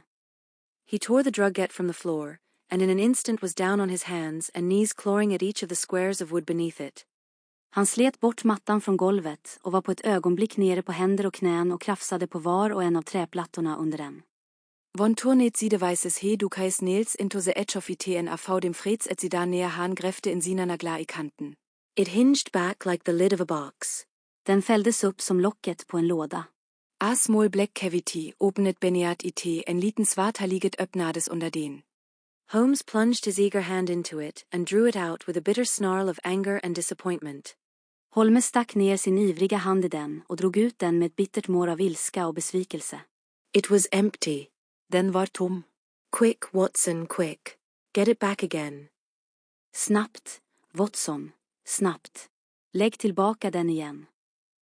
The wooden lid was replaced, and the drugget had only just been drawn straight when Lestrade's voice was heard in the passage. Träluckan sattes tillbaka, och mattan hade precis rätats ut när Lestrades röst hördes i korridoren. He found Holmes leaning languidly against the mantelpiece, resigned and patient, endeavoring to conceal his irrepressible yawns. Han fan Holmes lutonda lot mot Speiselkransen, resignerad och talmadig, försökt dolga sina emotstandliga gaspningar. Sorry to keep you waiting, Mr. Holmes. I can see that you are bored to death with the whole affair. Ursäkta att jag lät dig vänta, Mr. Holmes. Jag kan se att ni är uttråkad till döds av hela affären. Well, he has confessed, all right. Come in here, Macpherson. Let these gentlemen hear of your most inexcusable conduct. Nåväl, han har erkänt. Helt riktigt. Kom in here, Macpherson. Låt dessa herrar höra om ditt mest oförlåtliga uppförande. The big constable, very hot and penitent, sidled into the room. Den stor konstapeln, mycket svettig och ångerfull, smög in i rummet. I meant no harm, sir, I'm sure. The young woman came to the door last evening, mistook the house, she did. And then we got talking. It's lonesome, when you're on duty here all day. Jag menade inget illa, sir, det är jag säker på. Den unga kvinnan kom till dörren igår kväll, tog fel på huset, gjorde hon och sedan började vi prata. Det är ensamt när man är i tjänst här hela dagen. Well, what happened then? Nå, vad hände sedan? She wanted to see where the crime was done, had read about it in the papers, she said. She was a very respectable, well-spoken young woman, sir, and I saw no harm in letting her have a peep. Hon ville se var brottet hade begåtts, hade läst om det i tidningarna. Sa hon var en mycket respektabel, vältalig ung kvinna, sir, och jag såg ingen skada i att låta henne ta en titt. When she saw that mark on the carpet, down she dropped on the floor, and lay as if she were dead. När hon såg märket på mattan föll hon ihop på golvet och låg som om hon var död. I ran to the back and got some water, but I could not bring her to. Then I went round the corner to the ivy plant for some brandy, and by the time I had brought it back the young woman had recovered and was off, ashamed of herself, I dare say, and dared not face me. Jag sprang bakåt och hämtade lite vatten, men jag kunde inte få liv i henne. Sedan gick jag runt hörnet till Ivy Plant för att hämta lite konjak, och när jag kom tillbaka hade den unga kvinnan återhämtat sig och gett sig av, skämdes väl över sig själv, kan jag tro, och vågade inte möta mig. How about moving that drugget? Hur var det med att flytta på mattan? Well, sir, it was a bit rumpled certainly when I came back. You see, she fell on it, and it lies on a polished floor with nothing to keep it in place. I straightened it out afterwards. Tja, sir, den var lite skrynklig. Visst, när jag kom tillbaka. Ni förstår. Hon föll på den och den ligger på ett polerat golv utan något som håller den på plats. Jag rätade ut den efteråt. It's a lesson to you that you can't deceive me, Constable Macpherson, said Lestrade with dignity. No doubt you thought that your breach of duty could never be discovered, and yet a mere glance at that drugget was enough to convince me that someone had been admitted to the room. It's lucky for you, my man, that nothing is missing, or you would find yourself in Queer Street. I'm sorry to have called you down over such a petty business, Mr. Holmes, but I thought the point of the second stain not corresponding with the first would interest you. Det är en läxa för dig att du inte kan lura mig, konstapel Macpherson, sade Lestrade med värdighet. Ingen tvekan om att du trodde att din tjänsteförseelse aldrig skulle upptäckas, och ändå var en enkel blick på mattan nog för att övertyga mig om att någon hade släppts in i rummet. Det är tur för dig, min man, att inget saknas, annars skulle du hamna i knipa.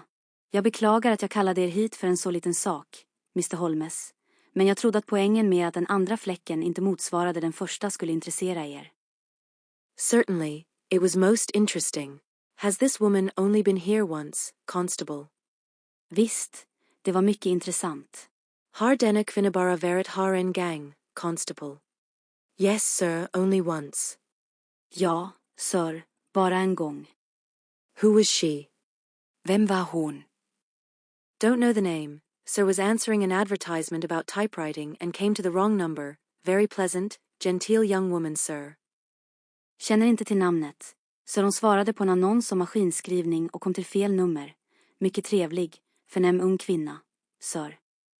Tall? Handsome. Lång. Vacker. Yes, sir, she was a well-grown young woman. I suppose you might say she was handsome. Perhaps some would say she was very handsome. Oh, officer, do let me have a peep, says she. She had pretty coaxing ways, as you might say, and I thought there was no harm in letting her just put her head through the door. Ja, sir, hon var en välvuxen ung kvinna. Man kan nog säga att hon var stilig. Kanske skulle några säga att hon var mycket vacker. Åh, konstapeln, låt mig få en titt. Sa hon hade vackra, inställsamma sätt, kan man säga, och jag tyckte inte det var någon skada att låta henne bara sticka in huvudet genom dörren. How was she dressed? Hur var hon klädd? Quiet, sir, a long mantle down to her feet. Diskret, sir, en lång mantel ner till fötterna. What time was it? Vilken tid var det? It was just growing dusk at the time. They were lighting the lamps as I came back with the brandy. Det höll just på att skymma vid den tiden. De tände lamporna när jag kom tillbaka med konjaken. Very good, said Holmes. Come, Watson, I think that we have more important work elsewhere. Mycket bra, sade Holmes. Kom, Watson, jag tror att vi har viktigare arbete på annat håll. As we left the house, Lestrade remained in the front room, while the repentant constable opened the door to let us out. Holmes turned on the step and held up something in his hand. The constable stared intently. När vi lämnade huset stannade Lestrade i främre rummet, medan den ångerfulle konstapeln öppnade dörren för att släppa ut oss. Holmes vände sig på trappsteget och höll upp något i sin hand. Konstapeln stirrade intensivt. Good Lord, sir, he cried with amazement on his face.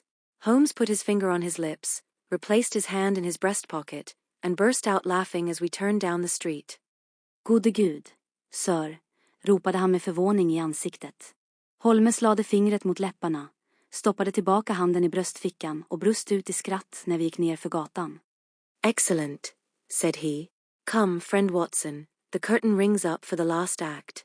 You will be relieved to hear that there will be no war, that the Right Honourable Trelawney Hope will suffer no setback in his brilliant career, that the indiscreet sovereign will receive no punishment for his indiscretion, that the Prime Minister will have no European complication to deal with, and that with a little tact and management upon our part nobody will be a penny the worse for what might have been a very ugly incident.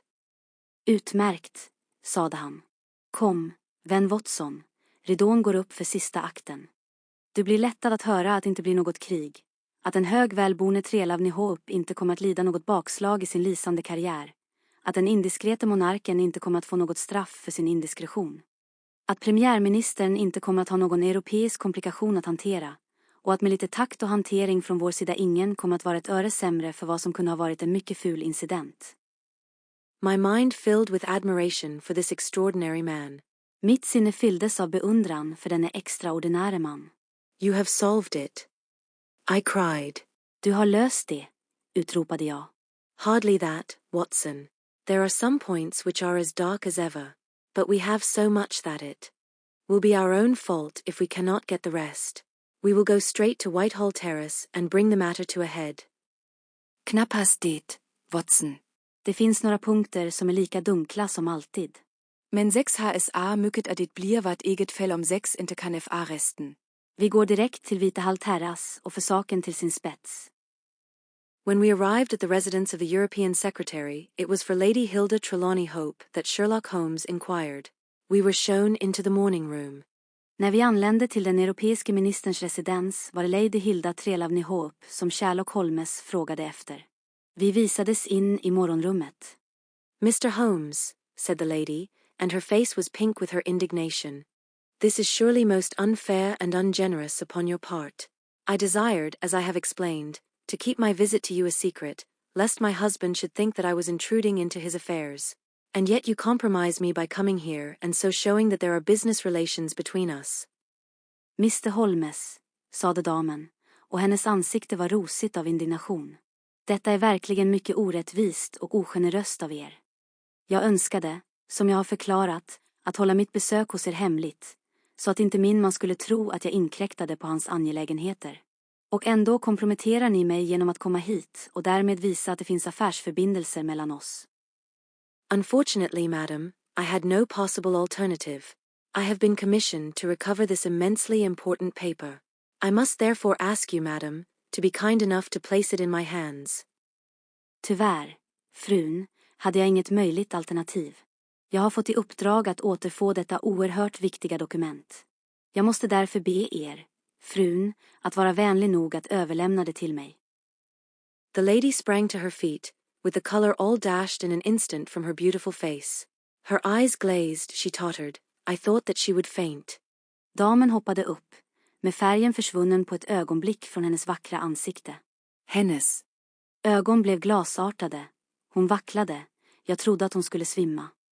Then with a grand effort she rallied from the shock, and a supreme astonishment and indignation chased every other expression from her features.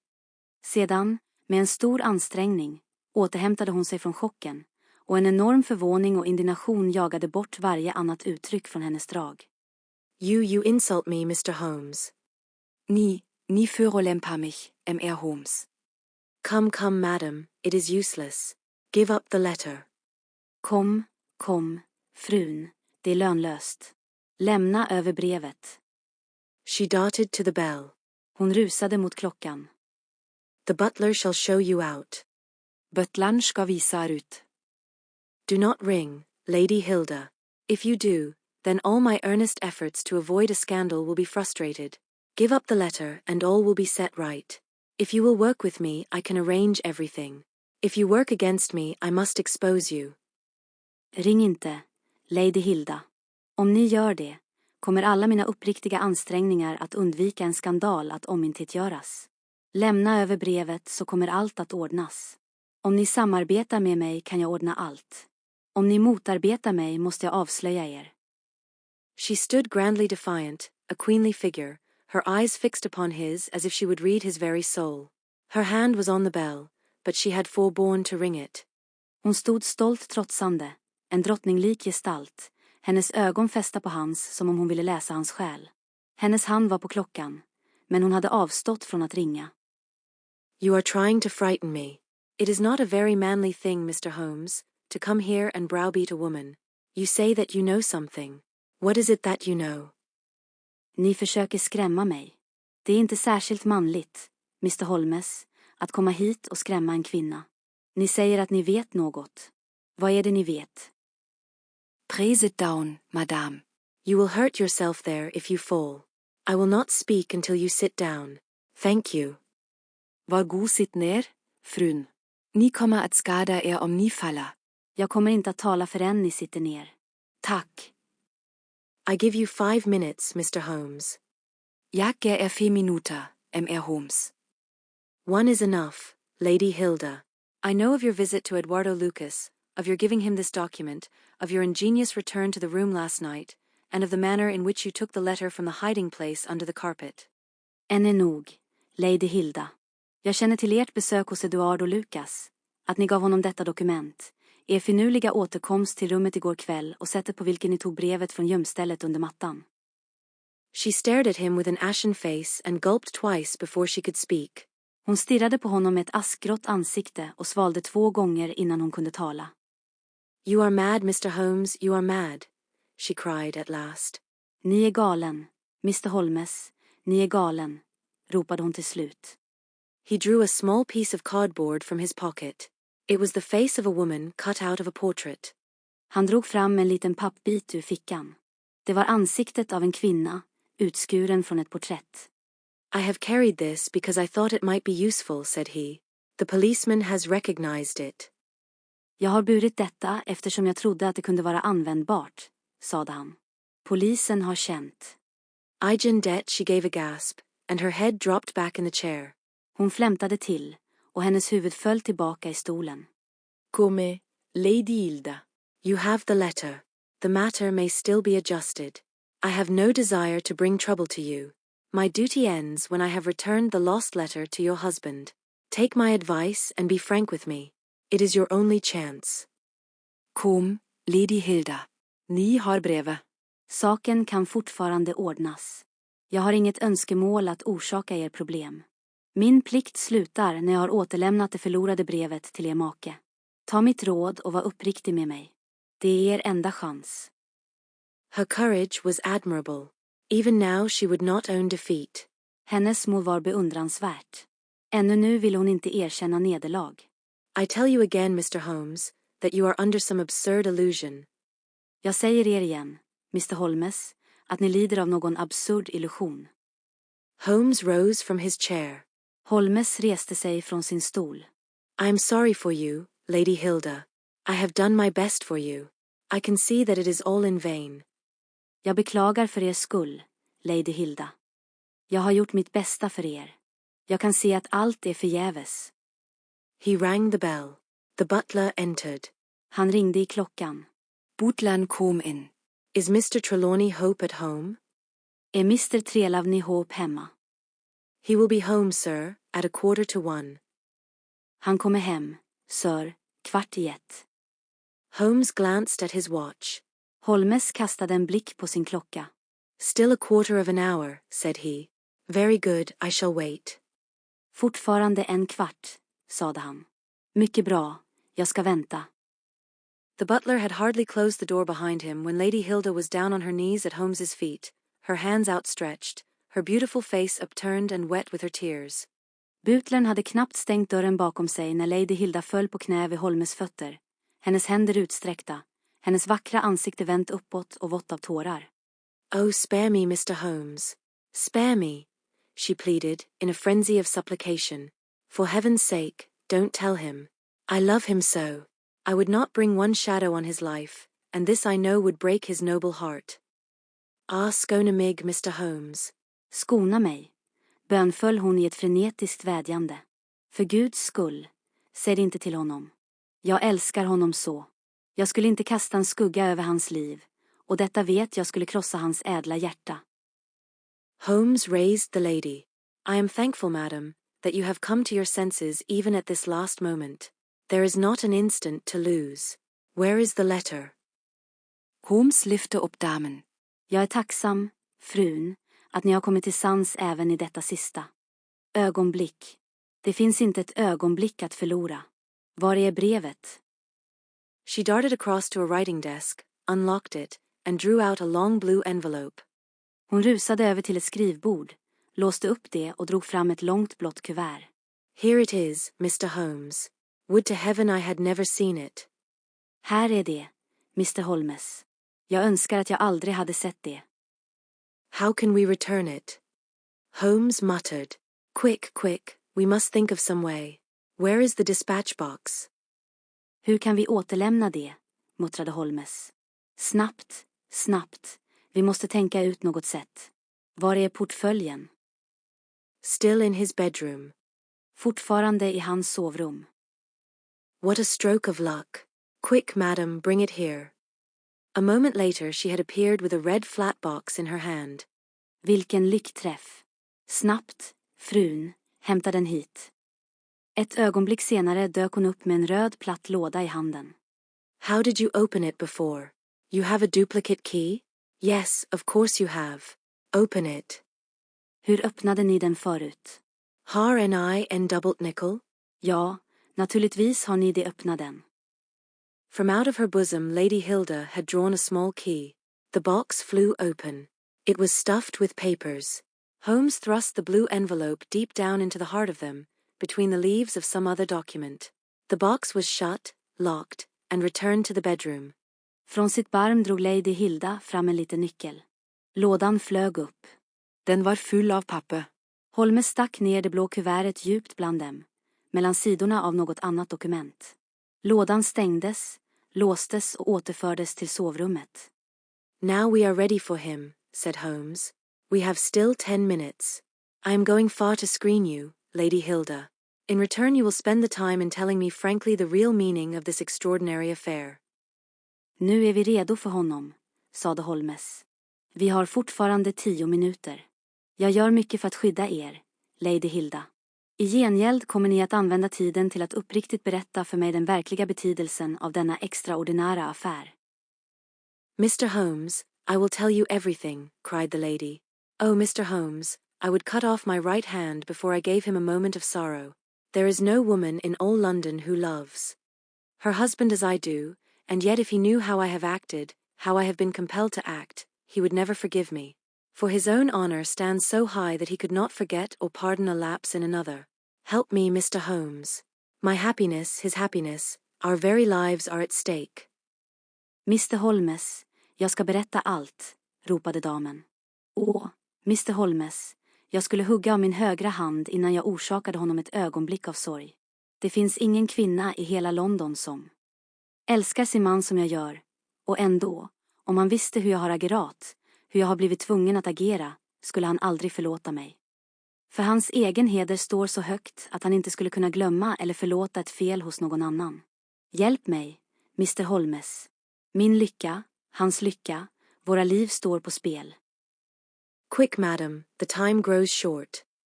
Snabbt, frun, tiden är knapp. It was a letter of mine, Mr. Holmes, an indiscreet letter written before my marriage, a foolish letter, a letter of an impulsive, loving girl. I meant no harm, and yet he would have thought it criminal. Had he read that letter, his confidence would have been forever destroyed. It is years since I wrote it. I had thought that the whole matter was forgotten. Then at last I heard from this man, Lucas, that it had passed into his hands, and that he would lay it before my husband. I implored his mercy. He said that he would return my letter if I would bring him a certain document which he described in my husband's dispatch box.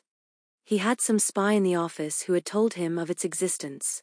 He assured me that no harm could come to my husband. Put yourself in my position, Mr. Holmes. What was I to do? Det var ett brev från mig, Mr. Holmes. Ett indiskret brev skrivet före mitt äktenskap. Ett dumt brev. Ett brev från en impulsiv, kärleksfull flicka. Jag menade inget illa, och ändå skulle han ha ansett det kriminellt.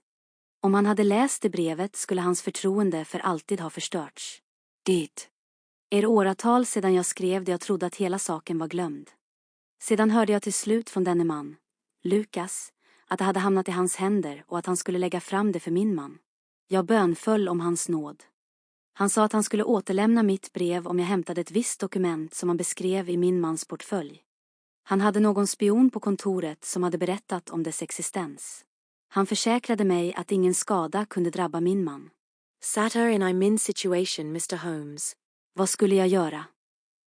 Take your husband into your confidence. Ta er man i förtroende. I could not, Mr. Holmes, I could not.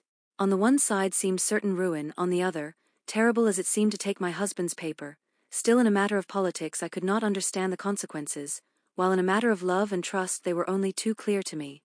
I did it, Mr. Holmes. I took an impression of his key. This man, Lucas, furnished a duplicate. I opened his dispatch box, took the paper, and conveyed it to Godolphin Street. Jag kunde inte, Mr. Holmes, jag kunde inte. Å ena sidan verkade säker ruin. Å andra sidan, hur fruktansvärt det än var att ta min mans dokument, kunde jag i politiska frågor inte förstå konsekvenserna, medan i kärlekens och förtroendets frågor var de allt för tydliga för mig. Jag gjorde det, Mr. Holmes. Jag tog ett avtryck av hans nyckel. Den här mannen, Lucas, ordnade en kopia. Ja. Öppnade hans portfölj, tog dokumentet och förde det till Godolphin Street. What happened there, madam? Vad hände där, frun? I tapped at the door as agreed. Lucas opened it. I followed him into his room, leaving the whole door ajar behind me, for I feared to be alone with the man. I remember that there was a woman outside as I entered. Our business was soon done. He had my letter on his desk. I handed him the document. He gave me the letter. At this instant there was a sound at the door. There were steps in the passage. Lucas quickly turned back the drugget, thrust the document into some hiding place there, and covered it over. Jag knackade på dörren som överenskommet. Lucas öppnade den. Jag följde honom in i hans rum och lämnade hallens dörr på glänt bakom mig, för jag fruktade att vara ensam med mannen. Jag minns att det var en kvinna utanför när jag gick in. Vår affär var snart avklarad. Han hade mitt brev på sitt skrivbord. Jag räckte honom dokumentet. Han gav mig brevet. I det ögonblicket hördes ett ljud vid dörren. Det var steg i korridoren. Lucas vände snabbt tillbaka mattan, stack in dokumentet i något gömställe där och täckte över det. What happened after that is like some fearful dream. I have a vision of a dark, frantic face, of a woman's voice, which screamed in French, "My waiting is not in vain. At last I have found you with her." There was a savage struggle. I saw him with a chair in his hand, a knife gleamed in hers. I rushed from the horrible scene, ran from the house, and only next morning in the paper did I learn the dreadful result. That night I was happy, for I had my letter, and I had not seen yet what the future would bring. Vad som hände efter det är som en fruktansvärd dröm. Jag har en vision av ett mörkt, frenetiskt ansikte, av en kvinnas röst som skrek på franska. Mitt väntande är inte förgäves. Äntligen har jag funnit dig med henne. Det var en vild kamp. Jag såg honom med en stol i handen. En knop i veckan blänkte i hennes. Jag rusade från den hemska scenen, sprang från huset, och först nästa morgon i tidningen fick jag veta det fruktansvärda resultatet. Den natten var jag lycklig, för jag hade mitt brev, och jag hade ännu inte sett vad framtiden skulle föra med sig. It was the next morning that I realized that I had only exchanged one trouble for another. My husband's anguish at the loss of his paper went to my heart. I could hardly prevent myself from there and then kneeling down at his feet and telling him what I had done. But that again would mean a confession of the past. I came to you that morning in order to understand the full enormity of my offense. From the instant that I grasped it, my whole mind was turned to the one thought of getting back my husband's paper. It must still be where Lucas had placed it, for it was concealed before this dreadful woman entered the room. If it had not been for her coming, I should not have known where his hiding place was. How was I to get into from the it was vad som hände.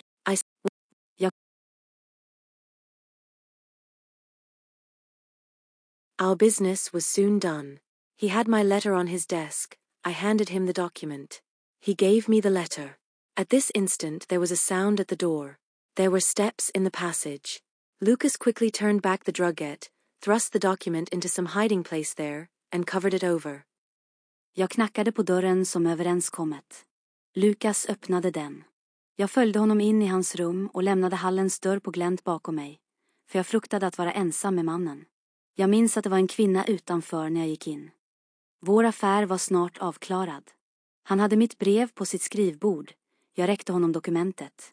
Hon gav mig brevet. I det ögonblicket hördes ett ljud vid dörren. Det var steg i korridoren. Lucas vände snabbt tillbaka mattan, stack in dokumentet i något gömställe där och täckte över det. What happened after that is like some fearful dream. I have a vision of a dark, frantic face, of a woman's voice, which screamed in French, "My waiting is not in vain. At last I have found you with her." There was a savage struggle. I saw him with a chair in his hand, a knife gleamed in hers. I rushed from the horrible scene, ran from the house, and only next morning in the paper did I learn the dreadful result. That night I was happy, for I had my letter, and I had not seen yet what the future would bring. Vad som hände efter det är som en fruktansvärd dröm. Jag har en vision av ett mörkt, frenetiskt ansikte, av en kvinnas röst som skrek på franska. Mitt väntande är inte förgäves. Äntligen har jag funnit dig med henne. Det var en vild kamp. Jag såg honom med en stol i handen. En knop i veckan blänkte i hennes. Jag rusade från den hemska scenen, sprang från huset, och först nästa morgon i tidningen fick jag veta det fruktansvärda resultatet. Den natten var jag lycklig, för jag hade mitt brev, och jag hade ännu inte sett vad framtiden skulle föra med sig. It was the next morning that I realized that I had only exchanged one trouble for another. My husband's anguish at the loss of his paper went to my heart. I could hardly prevent myself from there and then kneeling down at his feet and telling him what I had done. But that again would mean a confession of the past. I came to you that morning in order to understand the full enormity of my offense. From the instant that I grasped it, my whole mind was turned to the one thought of getting back my husband's paper. It must still be where Lucas had placed it, for it was concealed before this dreadful woman entered the room. If it had not been for her coming, I should not have known where his hiding place was.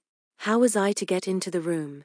For 2 days I watched the place, but the door was never left open. Last night I made a last attempt. What I did and how I succeeded, you have already learned. I brought the paper back with me, and thought of destroying it, since I could see no way of returning it without confessing my guilt to my husband. Heavens, I hear his step upon the stair. Det var nästa morgon som jag insåg att jag bara hade bytt en oro mot en annan. Min mång angest. Över förlusten av sitt dokument gick rakt till mitt hjärta. Jag kunde knappt hindra mig från att där och då falla på knä vid hans fötter och berätta vad jag hade gjort. Men det skulle återigen innebära en bekännelse av det förflutna. Jag kom till er den morgonen för att förstå hela vidden av mitt brott. Från det ögonblick jag insåg det var hela mitt sinne inriktat på tanken att få tillbaka min mans Dokument. Det måste fortfarande vara där Lukas hade placerat det, för det gömdes innan denna fruktansvärda kvinna kom in i rummet. Om det inte vore för hennes ankomst skulle jag inte ha vetat vad hans gömställe var. Hur skulle jag ta mig in i rummet? I 2 dagar bevakade jag platsen, men dörren lämnades aldrig öppen. Igår kväll gjorde jag ett sista försök. Vad jag gjorde och hur jag lyckades har ni redan fått veta. Jag tog med mig dokumentet tillbaka och tänkte förstöra det, eftersom jag inte kunde se något sätt att återlämna det utan att bekänna min skuld för min man. Herregud, jag hör hans steg i trappan. The European secretary burst excitedly into the room. "Any news, Mr. Holmes, any news?" he cried. Den europeiske ministern rosade exalterat in i rummet. Några nyheter, Mr. Holmes, några nyheter, ropade han. "I have some hopes." Jag har vissa förhoppningar. "Ah, thank heaven." His face became radiant. "The Prime Minister is lunching with me. May he share your hopes? He has nerves of steel, and yet I know that he has hardly slept since this terrible event. Jacobs, will you ask the Prime Minister to come up? As to you, dear, I fear that this is a matter of politics. We will join you in a few minutes in the dining room." Ah, tack och lov. Hans ansikte blev strålande. Premiärministern äter lunch med mig. Kan han dela era förhoppningar?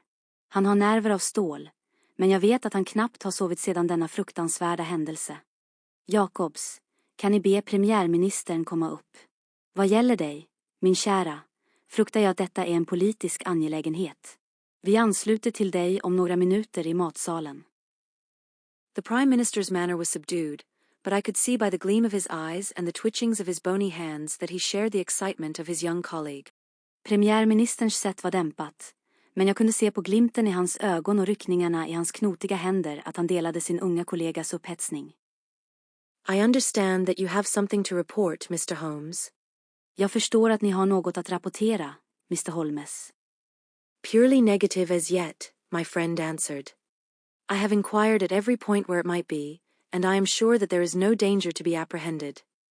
Rent negativt än så länge, svarade min vän. Jag har undersökt alla ställen där det kan vara, och jag är säker på att det inte finns någon fara att befara. "But that is not enough, Mr. Holmes. We cannot live forever on such a volcano. We must have something definite." Men det är inte nog, Mr. Holmes. Vi kan inte leva för evigt på en sådan vulkan. Vi måste ha något definitivt. "I am in hopes of getting it.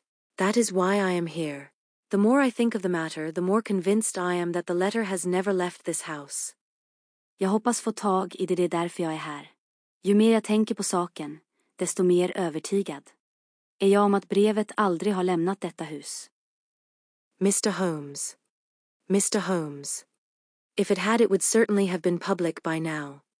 Om det hade gjort det, skulle det säkert ha blivit offentligt vid det här laget. "But why should anyone take it in order to keep it in his house?"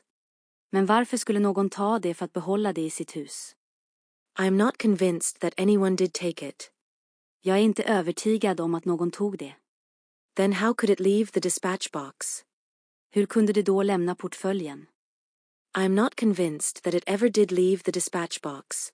Jag är inte övertygad om att det någonsin lämnade portföljen. "Mr. Holmes, this joking is very ill-timed. You have my assurance that it left the box." Mr. Holmes, detta skämtande är mycket olämpligt. Ni har min försäkran om att det lämnade lådan. "Have you examined the box since Tuesday morning?" Har ni undersökt lådan sedan tisdag morgon? No. "It was not necessary." Nej, det var inte nödvändigt. "You may conceivably have overlooked it." Ni kan möjligen ha missat det. Impossible i sig. Omöjligt, säger jag. "But I am not convinced of it.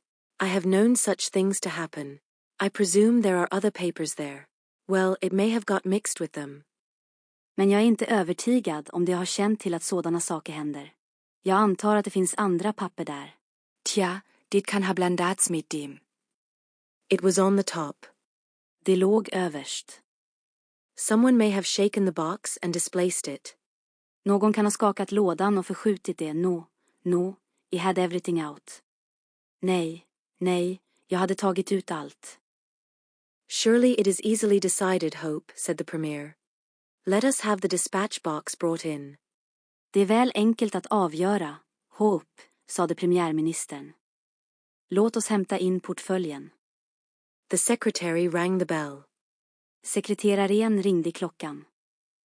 Jacobs, bring down my dispatch box.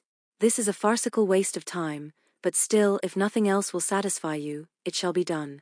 Thank you, Jacobs, put it here. I have always had the key on my watch chain. Here are the papers, you see.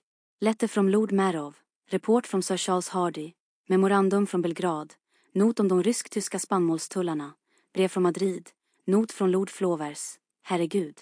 Vad är detta? Lord Bellinger. Jacobs, hämta min portfölj. Detta är ett farsartat slöseri med tid. Men ändå, om inget annat tillfredsställer er, så ska det göras. Tack, Jacobs, lägg den här.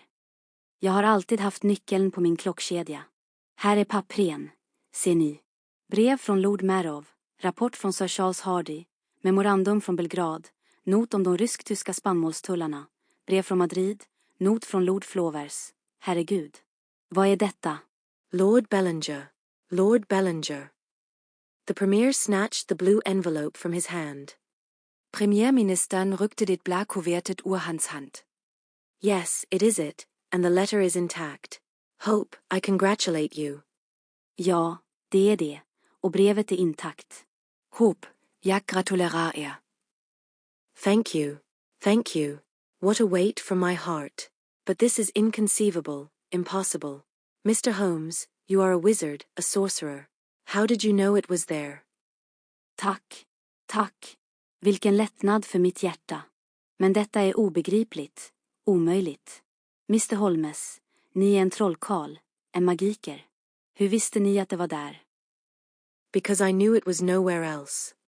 För att jag visste att det inte var någon annanstans. I cannot believe my eyes. He ran wildly to the door. Where is my wife? I must tell her that all is well. Hilda. We heard his voice on the stairs. Jag kan inte tro mina ögon. Han sprang vilt till dörren. Var är min fru? Jag måste berätta för henne att allt är väl. Hilda. Sixhord Hans rost I trappan. The Premier looked at Holmes with twinkling eyes. Premiärministern såg på Holmes med glittrande ögon. Come, sir, said he. There is more in this than meets the eye. How came the letter back in the box? Kom, sir, sade han. Det ligger mer i detta än vad man kan se. Hur kom brevet tillbaka i lådan? Holmes turned away, smiling from the keen scrutiny of those wonderful eyes. Holmes vände sig bort leende från den skarpa granskningen av dessa underbara ögon. We also have our diplomatic secrets, said he, and picking up his hat, he turned to the door. Vi har också våra diplomatiska hemligheter, sade han och tog upp sin hatt och vände sig mot dörren. The end. Blutet. Please subscribe for more opportunities to listen to Swedish. Thank you for your time and have a lovely day.